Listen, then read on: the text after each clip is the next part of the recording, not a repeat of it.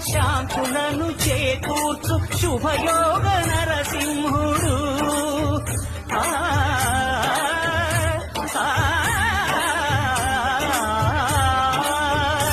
సుఖ శాంతులను చేకూర్చు శుభయోగ నరసింహుడు. నమో నమః నమో నమః. నమస్కరించెను నాలుగు దిక్కులు నఖముల వెలుగుకు మ్రొక్కెను చుక్కలు. గోపుర రూపము దాల్చినది ఆ దివ్య సుదర్శన చక్రము. మంగళ హారతులిచ్చినది